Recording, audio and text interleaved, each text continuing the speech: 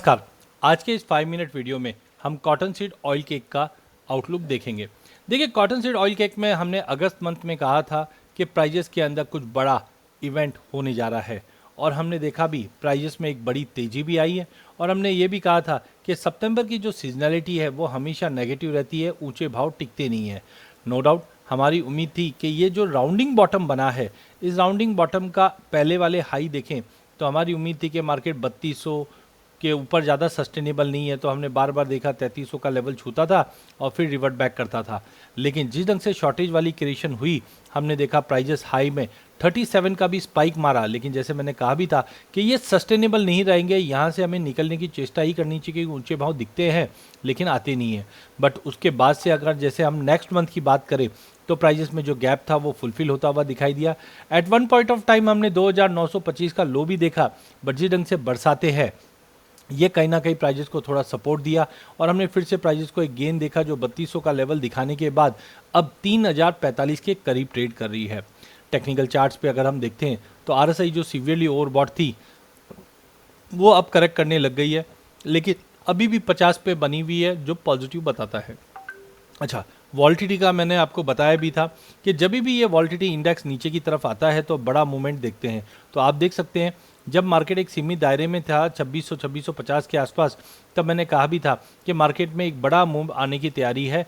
और वहाँ से हमने देखा कि एक बड़ा मोमेंटम भी आया और मार्केट में एक बड़ा, ये वीकली चार्ट है इसके लिए आपको मई का दिख रहा है, लेकिन यही चीज़ अगर मैं डेली चार्ट पे आता हूँ तो डेली चार्ट पे भी आप देखिए वॉल्टिटी 6 अगस्त को, मतलब मार्केट एक सीमित दायरे में और धीरे धीरे धीरे धीरे नीचे की तरफ ट्रेड कर रहा था। हाँ, मैंने आपको जब बताया था जून जुलाई में, जब प्राइस देखिए यहाँ पे अटका हुआ था जून के आसपास, जब प्राइस 2750 के बीच में था, तब मैंने कहा था कि 2750 का लेवल अगर बीच हुआ तो आप बैर मिनिमम 3000 का लेवल देखेंगे और ऊपर में 3200 से 3300 का लेवल देखेंगे। तो हमने 3000 का लेवल देखने के बाद मार्केट को करेक्ट करते हुए देखा, डबल बॉटम फॉर्मेशन हुआ, क्योंकि यहाँ पे भी हमने देखा था जुलाई में लो लगा था एंड इसके बाद जुलाई के बाद अगस्त में भी लो लगते हुए दिखाई दिया और यहाँ से मार्केट में रिकवरी आई। जो हमारी उम्मीद थी कि जहाँ पे मैंने मार्क किया हुआ था 3200, मतलब 3200 के ऊपर अगर जाता भी है तो सस्टेनेबल नहीं रहेगा, लेकिन 3200 के ऊपर मार्केट गया भी 67। तो फिजिकल ट्रेडर्स को मैंने कहा था कि अपनी पोजीशन 20-20% करके कम कर जाइए। सितंबर की सीजनलिटी हमेशा ख़राब रहती है और सितंबर में एक बड़ा करेक्शन वापस मिलता है, मंथ चेंज का भी आता है। तो हमने 2 सितंबर को जो हाई लगते हुए देखा वो लगते हुए देखा 2 सितंबर के बाद, और लो में अगर हम देखें तो 9 सितंबर को ही इसने 2930 का, ये न्यू मंथ का है और ये ओल्ड मंथ का, तो ये फ़र्क है। लेकिन फिर भी अगर आप न्यू मंथ में भी देखोगे तो 3200 के ऊपर प्राइस सस्टेन नहीं कर पा रहा है। और अब इतनी बड़ी गिरावट के बाद, इतने बड़े फॉलबैक के बाद मार्केट अपने आप को कंसोलिडेट कर रहा है।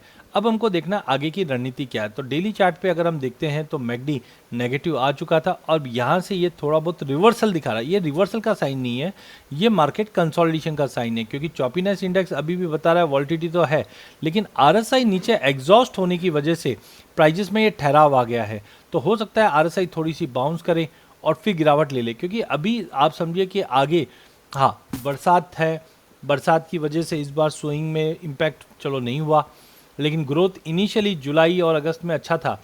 लेकिन अभी जो सितंबर में बरसातें पड़ रही है, इसका कहीं ना कहीं बड़ा नेगेटिव असर हम देख रहे हैं प्राइजेस पे, क्रॉप पे पड़ता हुआ दिख रहा है, जिसका एक सपोर्ट मिला है। इनफैक्ट तेल के भाव में भी जो तेज़ी आई है उसकी वजह से भी sentimental impact cotton seed oil cake पे और कॉटन वॉश ऑयल पे भी पड़ता हुआ दिखाई दिया। बट कुल मिला के एक चीज़ आप समझिए कि हम जब खल की बात करते हैं तो मवेशियों को दिया जाता है, और यहाँ पे कोई भी किसान, कोई भी व्यापारी ये देखता है कि मैं सस्ती से सस्ती आइटम, प्रोडक्टिव आइटम ही मैं यूज़ करूं। तो आप ये देखिए जब 3600-3700 का भाव हो गया था तो क्या होगा, यहाँ पे आपकी बाइंग रुक जाएगी, क्योंकि फार्मर भी ये देखता है कि यार ये महंगी हो गई। दूसरा कुछ ऑप्शन है गवार चूरी। तो चूरी कौरमा के भी भाव में हमने पिछले 15 दिनों में अच्छी तेज़ी देखी है। जो गवार 5050 से 5100 का भाव था, उसमें भी हमने 5500 का जंप आते हुए देखा। सोया, मस्टर्ड, इनमें भी हमने तेज़ी देखी है। चने में तो वैसे ही तेज़ी बनी हुई है। तो कहने का मतलब है फीड इंडस्ट्री में जो जो आइटम जाते हैं उसमें लगभग हमने सभी में एक अच्छी खासी तेज़ी बनते हुए देख ली है, जिस कारणवश हमने इसके भाव में थोड़ा बहुत कूल ऑफ आते हुए देखा है। तो टाइमिंग मुझे लगता है कॉटन सीड ऑयल केक की अगर हम बात करें तो चार्टिकली पहले टेक्निकली तो हमने देख लिया है यहाँ पे कि टेक्निकली अगर आप देखते हैं तो प्राइजेस के अंदर जो बड़ा गिरावट था अब वो थोड़ा कम हो रहा है, कंसोलिडेट कर रहा है। बट हमें देखना है कि अगर ये यहाँ से कम होने के बाद वापस नीचे आ गया तो बड़ी गिरावट है। तो अभी तो कुछ बड़ा कुछ होने वाला नहीं, वॉल्टिटी एज ऑफ नाउ तो है बट धीरे धीरे वॉल्टिटी कम होगी। RSI ओवरसोल्ड में चले गई थी 30 के करीब, बट अब ये स्टेबल बना हुआ है। तो टेक्निकल चार्ट्स पे अगर इंडिकेटर्स की बात करें तो ऐसा कुछ अभी है नहीं जो हम लोग इस पर अभी माथा लगाए। बट अगर हम खाली चार्ट्स की बात करें तो सबसे पहले मंथली चार्ट क्या बोलते हैं, क्योंकि कभी भी चार्ट जब आप देखते हो तो मंथली चार्ट से, अच्छा मैं ये हैकेनेसी इसलिए यूज़ करता हूँ क्योंकि नॉर्मल में आप देखोगे तो आपको थोड़ी क्लैरिटी कम दिखेगी। चलिए हम नॉर्मल में भी देख के काम करते हैं। तो नॉर्मल में देखते हैं तो यहाँ पे एक तरह का इंपॉर्टेंट रेजिस्टेंट जोन पहले से बना हुआ था और वो था 3400 का। तो हमने देखा भाव में एक बड़ी तेज़ी आई और तेज़ी आने के बाद यहाँ से ही हमने देखा कि प्राइजेस के अंदर पुल बैक वापस आता हुआ दिखाई दिया और अब प्राइजेस करीबन 3040-50। तो ये एक ब्रेकआउट था ट्रायंगुलर का जिसका अपसाइड आया, डाउन साइड ब्रेस किया। देखिए साथ में अगर हम देखें तो ये राउंडिंग बॉटम बना हुआ है और राउंडिंग बॉटम बताता है कि अगर 3400-3500 के ऊपर गया तो ये टेक्निकल है, खाली टेक्निकल बोलता है जाने में ये 5000 का भाव जा सकता है। लेकिन क्या होता है देखिए, कमोडिटी और इक्विटी दोनों में फ़र्क है, क्योंकि कमोडिटी में तेज़ी आती है बट उसके पीछे कुछ बड़ा कारण होगा कि क्रॉप साफ़ हो गई है या बहुत ही एक्स्ट्राऑर्डिनरी डिमांड आ गई है। देखिए अगला 15-20 दिन मौसम के लिए बहुत इंपॉर्टेंट है क्योंकि जाती बरसात जो है वो इस बार इम्पैक्ट देगी। आपने सुना भी होगा पिछले 5 सालों में एक मुहावरा नया स्टार्ट हुआ था कि इस बार दशहरा या इस बार रावण डूबकर मरेगा। इसका मतलब है कि बरसात इतनी ज़्यादा रहेगी कि हम दशहरे तक भी अच्छी खासी बरसात देखेंगे। और इस बार ला नीनो है, तो ला नीनो के हिसाब से अगर हम देखते हैं तो कहीं ना कहीं दशहरे तक जब ये हम फेस्टिवल बनाते हैं तो तब तक भी अगर बारिश हो सकती है, क्योंकि ला नीनो में ये एक्सटेंडेड मानसून रहता है। इस बार दिवाली भी 1 तारीख की है, तो मुझे लगता है कि दशहरे तक हम देखेंगे कि अच्छी बारिश रहेगी। अब इसकी वजह से जो स्टैंडिंग क्रॉप है वो इम्पैक्ट करेगा, क्योंकि हार्वेस्ट में माना जा रहा है कि करीबन 15 से 20 दिन का डिले है और आगे भी अगर जो डिपेंडेंसी रहेगी वो हार्वेस्ट के क्वालिटी पे रहेगी।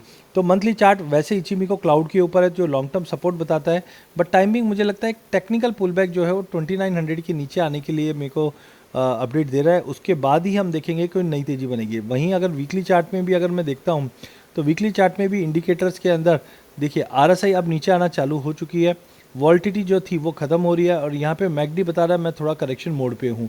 तो वीकली चार्ट पे भी ऐसा कोई प्रेरणा नहीं मिल रही है कि मैं लॉन्ग टर्म के लिए अभी यहाँ से बाय करूँ। तो यहाँ पे आप देख सकते हैं मार्केट ने जो जंप आया था उसको रिटेस्ट करना चालू कर चुका है।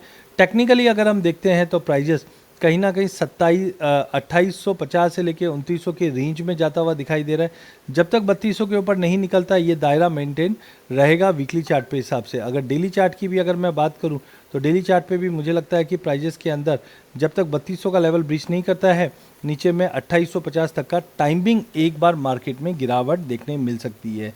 इसी के साथ मेरा सेशन एंड करता हूँ। बहुत बहुत धन्यवाद। चैनल को जरूर सब्सक्राइब कीजिए। इस चैनल में हम आप तक इक्विटी, कमोडिटी, करेंसी के अपडेट लाते रहेंगे। वीडियो पसंद आने पर इसे लाइक और शेयर जरूर कीजिए। धन्यवाद।